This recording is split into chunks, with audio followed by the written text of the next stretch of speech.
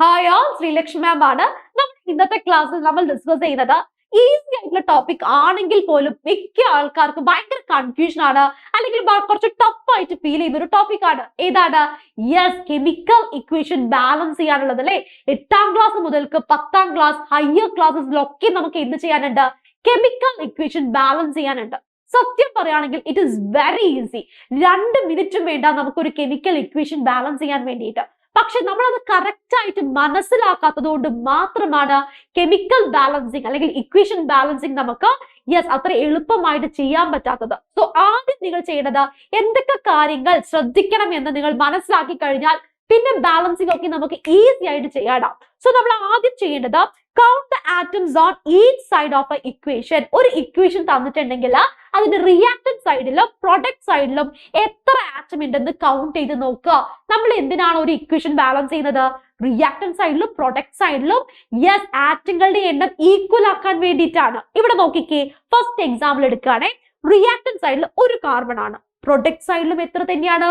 ഒരു കാർബൺ തന്നെയാണ്. ഇനി റിയാക്ടന്റ് സൈഡിൽ 2 ഓക്സിജൻ ഉണ്ട്, പ്രൊഡക്റ്റ് സൈഡിൽ എത്ര ഓക്സിജൻ തന്നെയാണ്? 2 ഓക്സിജൻ തന്നെയാണ് അല്ലെ. റിയാക്ടന്റ് സൈഡ് അഥവാ അഭികാരങ്ങളുടെ ഭാഗത്തും പ്രൊഡക്റ്റ് സൈഡ് അഥവാ ഉൽപ്പന്നങ്ങളുടെ ഭാഗത്തും ഈക്വൽ നമ്പർ ഓഫ് ആറ്റംസ് ആണ്. ദാറ്റ് മീൻസ് ഈ തന്നിരിക്കുന്ന ഇക്വേഷൻ ഓൾറെഡി ബാലൻസ്ഡ് ആണ്. നമ്മൾ ഇനി ബാലൻസ് ചെയ്യേണ്ട ആവശ്യമുണ്ടോ? ഇല്ല. ഏതൊരു കെമിക്കൽ ഇക്വേഷൻ നമ്മൾ എന്തിനാണ് ബാലൻസ് ചെയ്യുന്നത്? ഈ റിയാക്ടന്റ് സൈഡിലും പ്രൊഡക്റ്റ് സൈഡിലും ആറ്റങ്ങളുടെ എണ്ണം തുല്യമാക്കാൻ വേണ്ടിയിട്ടാണ്. അങ്ങനെയാണെങ്കിൽ അടുത്ത എക്സാമ്പിൾ നോക്കിയത് സെക്കൻഡ് വൺ. ഇവിടെ അയൺ 1 ആണ് റിയാക്ടന്റ് സൈഡില്, പ്രൊഡക്റ്റ് സൈഡിൽ 3 അയൺ ആറ്റം ഉണ്ട്. ഹൈഡ്രജൻ ആണെങ്കിൽ റിയാക്ടന്റ് സൈഡിൽ 2 ആണ്, പ്രൊഡക്റ്റ് സൈഡിലും 2 ആണ്. ഓക്സിജൻ എടുക്കുകയാണെങ്കിലോ റിയാക്ടന്റ് സൈഡിൽ 1 ഉള്ളൂ, എന്നാൽ പ്രൊഡക്റ്റ് സൈഡിൽ 4 ഓക്സിജൻ ആറ്റം ഉണ്ട്. അതിന്റെ അർത്ഥം ഇത് ബാലൻസ്ഡ് അല്ല അല്ലെ. ഇത് നമ്മൾ എന്ത് ചെയ്യണം? ബാലൻസ് ചെയ്യണം. സോ ആദ്യം എന്ത് ശ്രദ്ധിക്കണമെന്ന് നമ്മൾ കണ്ടു. ഇനി രണ്ടാമത്തെ പോയിന്റ് എന്താണ് പറയുന്നത്? Can only change the coefficient, not the subscript. Coefficient എന്താണെന്ന് അറിയണം, സബ്സ്ക്രിപ്റ്റ് എന്താണെന്ന് അറിയണം. ഈ തന്നിരിക്കുന്ന ഇക്വേഷനില് സബ്സ്ക്രിപ്റ്റ് എന്ന് പറയുന്നത് ഏതാണ്? ഇവിടെ നോക്കിക്കേ, H2O ഹൈഡ്രജന് താഴെ ഒരു നമ്പർ കാണുന്നില്ലേ? അതിനെയാണ് നമ്മൾ എന്ത് പറയുന്നത്? സബ്സ്ക്രിപ്റ്റ് എന്ന് പറയുന്നത്. Fe3 സബ്സ്ക്രിപ്റ്റ് ആണ്. ഈ O4 എന്ന് തന്നിരിക്കുന്നത് സബ്സ്ക്രിപ്റ്റ് ആണ്. ഹൈഡ്രജന് താഴെ തന്നിരിക്കുന്നത് 2 സബ്സ്ക്രിപ്റ്റ് ആണ്. അപ്പോൾ നമുക്ക് പറയാം സബ്സ്ക്രിപ്റ്റ് എന്ന് പറഞ്ഞാൽ ആറ്റത്തിന്റെ താഴെ തന്നിരിക്കുന്ന നമ്പർ ആണ്. ആ നമ്പർ മാറ്റാനോ എക്സ്ട്രാ എഴുതാനോ ഉള്ള ഒരു അവകാശവും നമുക്കില്ല. അപ്പൊ നമ്മൾ ബാലൻസ് ചെയ്യുന്ന സമയത്ത് ഒരിക്കലും എന്ത് ചെയ്യരുത്? ഈ താഴെ കാണുന്ന നമ്പേഴ്സ് ചേഞ്ച് ചെയ്യാൻ പാടില്ല. നേരെ മറിച്ച് നമുക്ക് എന്ത് ചെയ്യാം? കോയിഫിഷ്യന്റ് ചേഞ്ച് ചെയ്യാം അല്ലെ, അല്ലെങ്കിൽ കോയിഫിഷ്യന്റ് ആഡ് ചെയ്യാം. ഈ കോയിഫിഷ്യന്റ് എന്ന് പറഞ്ഞാൽ എന്തായിരിക്കും?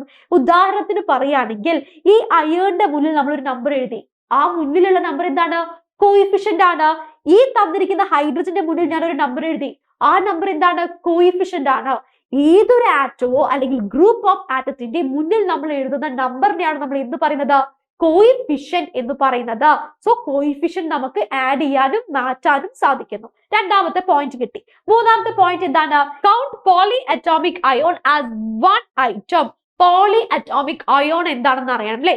ഇവിടെ വേറൊരു എക്സാമ്പിൾ തന്നിട്ടുണ്ട്. Zinc plus sulfuric acid gives zinc sulfate plus hydrogen ആണ്. ഇവിടെ നോക്കിക്കേ, H2SO4 ഈ സൾഫേറ്റ് എന്ന് പറയുന്നത് എന്താണ്? It is a poly atomic ion. Okay, അവിടെ ഒന്നിൽ കൂടുതൽ ആറ്റം ആണ് SO4 എന്ന് പറയുന്നത്. ഇത് നമ്മൾ ഒന്നിച്ചിട്ടാണ് എടുക്കേണ്ടത്. അതേപോലെ തന്നെ സിങ്ക് സൾഫേറ്റില് സിങ്കും സൾഫേറ്റും ഉണ്ട് അല്ലെ. സൾഫേറ്റ് അയോൺ എന്ന് പറയുന്നത് ആരാണ്? പോളി അറ്റോമിക് അയോൺ ആണ്. SO4 സൾഫർ വേറെയും ഓക്സിജൻ വേറെയും ആയിട്ടല്ല നമ്മൾ കൺസിഡർ ചെയ്യുന്നത്. SO4 എന്ന് പറഞ്ഞിട്ട് സിംഗിൾ ഐറ്റം ആയിട്ടാണ് കൺസിഡർ ചെയ്യുന്നത്. അതേപോലെ തന്നെയാണ് സൾഫേറ്റ്, നൈട്രേറ്റ്, കാർബണേറ്റ്, ഫോസ്ഫേറ്റ് ഒക്കെ നമ്മൾ കൺസിഡർ ചെയ്യുന്നത്. സോ ഈ 3 പോയിന്റുകൾ വെച്ചിട്ട് നമുക്ക് എങ്ങനെ തരുന്ന ഇക്വേഷൻ ഈസി ആയിട്ട് ബാലൻസ് ചെയ്യാൻ നോക്കിയാലോ? യെസ്, ഫസ്റ്റ് ഇക്വേഷൻ ഏറ്റവും സിമ്പിൾ ആയിട്ടുള്ള ഇക്വേഷൻ ആണ്. ഹൈഡ്രജനും ഓക്സിജനും കൂടി ചേർന്നിട്ട് എന്തുണ്ടാവുന്നു? വാട്ടർ ഉണ്ടാവുന്നു അല്ലെ. ഫസ്റ്റ് വൺ, നമ്മൾ റിയാക്ടൻസിന്റെയും പ്രൊഡക്റ്റിന്റെയും എണ്ണം കൗണ്ട് ചെയ്യണം, ആറ്റംസ് കൗണ്ട് ചെയ്യണം.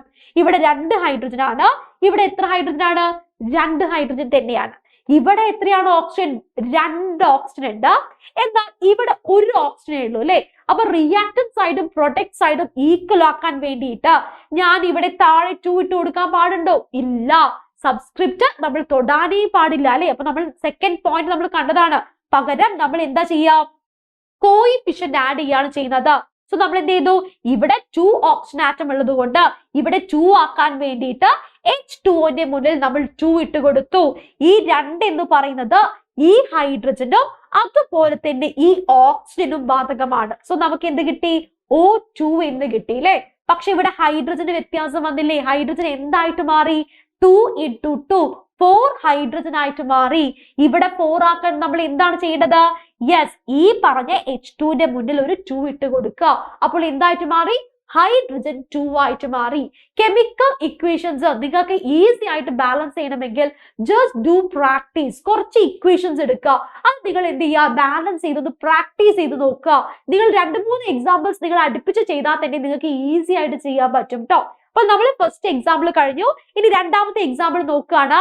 നൈട്രജനും ഹൈഡ്രജനും കൂടി ചേർന്നിട്ട് NH3 ഉണ്ടാവുന്നു അല്ലെ. സെയിം മെത്തേഡ് ആണ്. ഇവിടെ നൈട്രജൻ 2 ആറ്റമാണ്, ഇവിടെ നൈട്രജൻ 1 ആറ്റമേ ഉള്ളൂ, ശരിയല്ലേ. ഇവിടെ ഹൈഡ്രജൻ 2 ആറ്റമാണ്, ഇവിടെ നമുക്ക് 3 ഹൈഡ്രജൻ ആറ്റം ഉണ്ട്. അപ്പോൾ ബാലൻസ് ചെയ്യാൻ നമ്മൾ എന്താ ചെയ്യാം, ഇവിടെ 2 നൈട്രജൻ ആണ്, ഇവിടെ 2 ആക്കാൻ വേണ്ടിയിട്ട് നമ്മൾ എന്ത് ചെയ്തു, NH3 മുന്നിൽ 2 കോയിഫിഷ്യന്റ് ആയിട്ട് 2 ഇട്ട് കൊടുത്തു. റെഡി അല്ലേ. അപ്പോൾ ഇവിടെ നമുക്ക് 2 നൈട്രജൻ, ഇവിടെ 2 നൈട്രജൻ കിട്ടി. ഈ 2 എന്ന് പറയുന്നത് ഈ നൈട്രജനും ഈ ഹൈഡ്രജനും ബാധകമാണ്. അപ്പോൾ ഇവിടെ എത്രയാണ് ഹൈഡ്രജൻ കിട്ടിയത്, 2 into 3 നമുക്ക് എത്ര കിട്ടി, 6 എന്ന് കിട്ടി അല്ലെ. ഇവിടെ 6 ആക്കാൻ റിയാക്ടന്റ് സൈഡിൽ നമ്മൾ എന്ത് ചെയ്യണം, 6 ആക്കണം. കാരണം പ്രൊഡക്റ്റ് സൈഡിൽ 6 ആണെങ്കിൽ റിയാക്ടന്റ് സൈഡിൽ 6 ആവണം. അപ്പൊ നമ്മൾ എന്താ ചെയ്യേണ്ടത്, ഈ H2 മുന്നിൽ ഒരു 3 ഇട്ട് കൊടുക്കുക. 3 into 2 6 ആയിട്ട് മാറി. സെറ്റ് ആണോ? ഇതേപോലെ തന്നെയാണ് ഏതൊരു ഇക്വേഷൻ നമ്മൾ ചെയ്യേണ്ടത്. ഇതിന് 2 മിനിറ്റും നമുക്ക് ആവശ്യം വരില്ല കേട്ടോ, പ്രാക്ടീസ് ചെയ്യുകയാണെങ്കിൽ. അങ്ങനെയാണെങ്കിൽ നമുക്ക് അടുത്തൊരു എക്സാമ്പിൾ കാണാം. ഇവിടെ S8 plus O2 gives SO2 എന്ന് തന്നിട്ടുണ്ട്. അവിടെ നമുക്കറിയാം S8 ഉണ്ട് അല്ലെ, ഓക്സിജൻ 2 ആണ്. ഇവിടെ S 1 ഉള്ളൂ, ഓക്സിജൻ 2 ഉണ്ട്. അപ്പോൾ നമ്മൾ എന്ത് ചെയ്യണം, സൾഫറിന്റെ ആറ്റത്തിന്റെ എണ്ണം നമ്മൾ സെയിം ആക്കണം. സെയിം ആക്കാൻ വേണ്ടി എന്ത് ചെയ്തു, ഈ SO2 മുന്നിൽ ഒരു 8 ഇട്ട് കൊടുത്തു. ഇവിടെ നോക്കിക്കേ, S8 ആയി. ഇവിടെ നമുക്ക് എന്ത് കിട്ടി, S8 എന്ന് കിട്ടി.